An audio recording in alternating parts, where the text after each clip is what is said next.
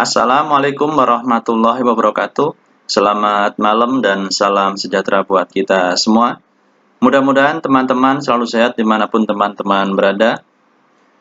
Terima kasih saya sampaikan karena teman-teman sudah mensupport Mr. Santos Channel dengan cara subscribe, like, serta share materi-materi yang ada di channel ini.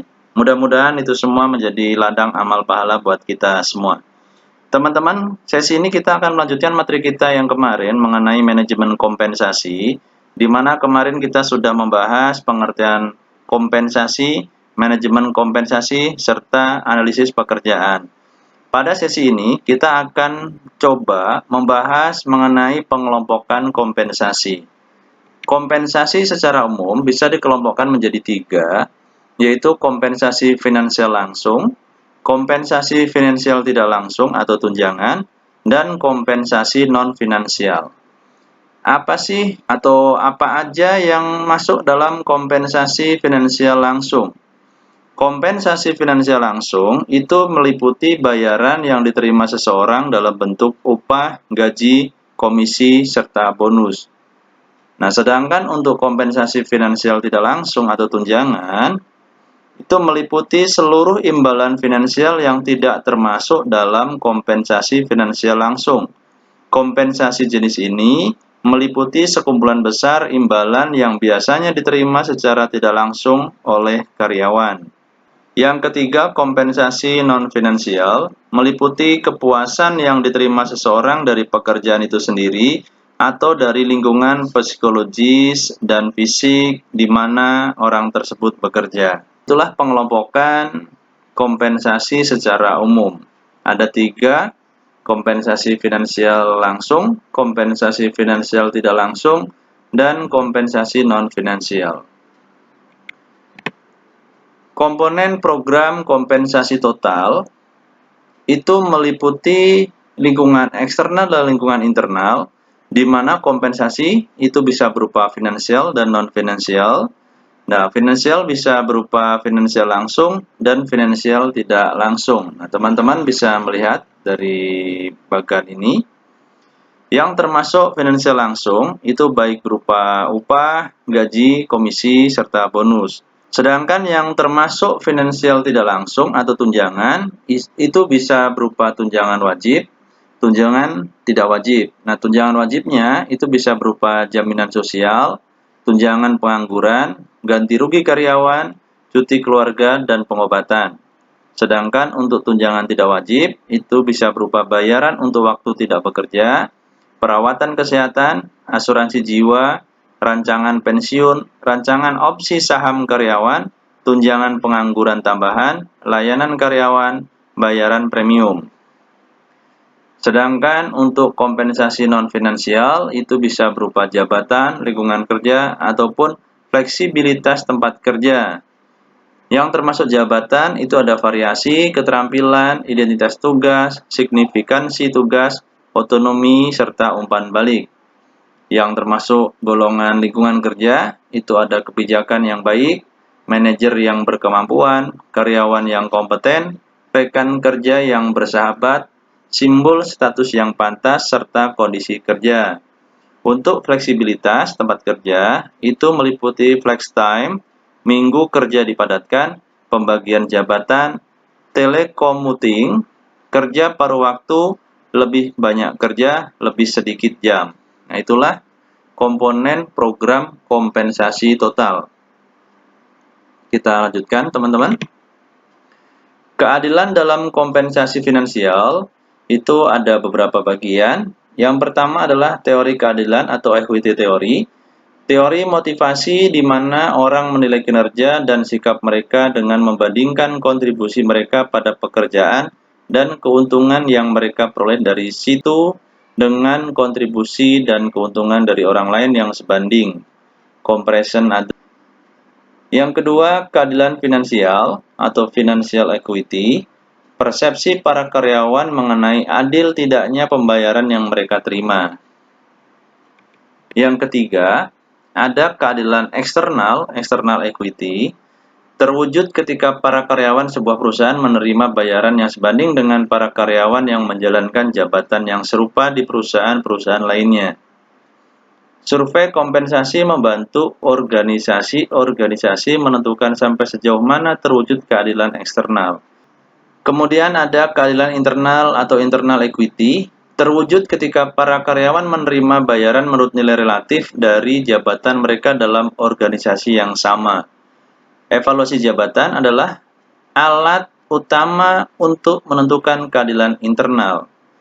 Nah, kalau keadilan internal itu di dalam satu organisasi, kalau keadilan eksternal itu dari organisasi tertentu akan dibandingkan dengan pihak atau organisasi lainnya. Yang berikutnya ada keadilan karyawan atau employee equity, terwujud ketika orang-orang yang menjalankan jabatan yang serupa untuk perusahaan yang sama menerima bayaran menurut faktor-faktor yang unik daripada diri mereka sendiri, seperti tingkat kinerja atau senioritas. Faktor umum yang mempengaruhi nilai jabatan menurut Armstrong dan Murlis. Yang pertama adalah nilai intrinsik. Yang kedua, relativitas internal. Yang ketiga, relativitas eksternal. Yang keempat, ada inflasi dan pergerakan pasar. Yang kelima, kinerja dan kondisi keuangan perusahaan. Yang keenam, tekanan serikat pekerja. Jadi faktor-faktor umum inilah yang mempengaruhi nilai sebuah jabatan. Faktor yang mempengaruhi tingkat bayaran karyawan. Menurut Armstrong dan Murlis, yang mempengaruhi tingkat bayaran karyawan antara lain adalah nilai pasar pekerjaan. Yang kedua, tingkat keahlian dan kompetensi yang dimiliki, tingkat kinerja yang dicapai dalam pekerjaan. Jadi, setiap karyawan itu memiliki tingkat gaji atau bayaran yang berbeda-beda. Kalau menurut dari Armstrong dan Murlis, tingkat-tingkatan itu berdasarkan kompetensi atau kemampuan dari masing-masing karyawan dan tingkat kinerja yang dicapai dalam pekerjaannya, apakah maksimal, kurang maksimal, banyak atau sedikit. Kita lanjutkan kembali. Determinan kompensasi finansial langsung. Teman-teman bisa perhatikan tampilan gambar atau bagan yang ada di display. Penetapan harga atau kompensasi finansial individu itu dipengaruhi oleh determinan kompensasi, antara lain ada organisasi, pasar tenaga kerja, jabatan, dan karyawan. Organisasi sebagai determinan kompensasi finansial langsung, di situ ada meliputi kebijakan kompensasi, politik organisasional, kemampuan untuk membayar. Di mana kebijakan kompensasi sendiri itu ada pay leader, market rate, dan pay follower. Pasar tenaga kerja sebagai determinan kompensasi finansial langsung meliputi survei kompensasi, kecocokan, biaya hidup, serikat pekerja, perekonomian, dan legislasi. Survei kompensasi adalah aktivitas untuk memperoleh data mengenai jumlah yang dibayar perusahaan-perusahaan lain untuk jabatan atau kelas jabatan tertentu dalam pasar tenaga kerja tertentu. Organisasi-organisasi menggunakan survei untuk dua alasan dasar. Yang pertama, mengidentifikasi posisi relatifnya terhadap pesaing dalam pasar tenaga kerja. Yang kedua, mencari masukan guna menyusun anggaran dan struktur kompensasi. Organisasi-organisasi besar secara rutin melaksanakan survei kompensasi yang biasanya menunjukkan gaji rendah, tinggi, dan rata-rata untuk posisi tertentu. Terkadang harga pasar atau going rate disajikan dalam bentuk rentang waktu atau rentang persentil ke-25 hingga ke-75 dari bayaran untuk berbagai jabatan, bukan dalam bentuk titik bayaran tunggal yang spesifik. Rentang tersebut memberikan perkiraan mengenai jumlah yang dibayarkan perusahaan-perusahaan lain kepada para karyawan dalam berbagai jabatan. Kesulitan utama dalam melaksanakan survei kompensasi adalah menentukan jabatan-jabatan yang sebanding Survei yang menggunakan deskripsi jabatan singkat jauh lebih sulit dijalankan dibandingkan survei yang memberikan deskripsi yang rinci dan komprehensif. Karena memperoleh data untuk seluruh jabatan dalam organisasi bisa tidak mungkin, survei kompensasi seringkali hanya menggunakan jabatan acuan, yaitu jabatan yang dikenal baik dalam perusahaan dan industri, serta jabatan yang dijalankan oleh sejumlah besar karyawan. Berikutnya ada jabatan sebagai determinan kompensasi finansial langsung. Di situ ada evaluasi jabatan atau job evaluation, ada penetapan harga jabatan atau job pricing, ada analisis jabatan, ada description atau deskripsi jabatan. Evaluasi jabatan adalah proses menentukan nilai relatif sebuah jabatan dibandingkan dengan berbagai jabatan lainnya. Tujuan utama evaluasi jabatan adalah untuk menghilangkan ketidakadilan bayaran internal yang disebabkan struktur bayaran yang tidak logis. Yang berikutnya ada karyawan sebagai determinan kompensasi finansial langsung. Di situ ada bayaran berbasis kinerja atau kinerja jabatan, bayaran berbasis keterampilan atau keterampilan, bayaran berbasis kompetensi atau kompetensi, ada senioritas, ada pengalaman, ada keanggotaan organisasi, potensi, pengaruh politik, dan keberuntungan. Kita lanjutkan, teman-teman. Terima kasih. Itulah materi singkat mengenai pengelompokan kompensasi, di mana kompensasi secara umum dikelompokkan menjadi 3, yaitu kompensasi finansial langsung, kompensasi finansial tidak langsung, dan kompensasi non-finansial. Tadi sudah saya jelaskan bahwa kompensasi finansial langsung itu adalah segala macam imbalan yang berwujud seperti gaji, macam-macam tunjangan, THR, insentif, komisi, bonus, pembayaran prestasi. Pembagian laba perusahaan dan opsi saham juga termasuk di dalamnya. Selain itu, segala jenis pendapatan yang menambahkan penghasilan bruto tahunan karyawan dan dikenai pajak PPh pasal 21.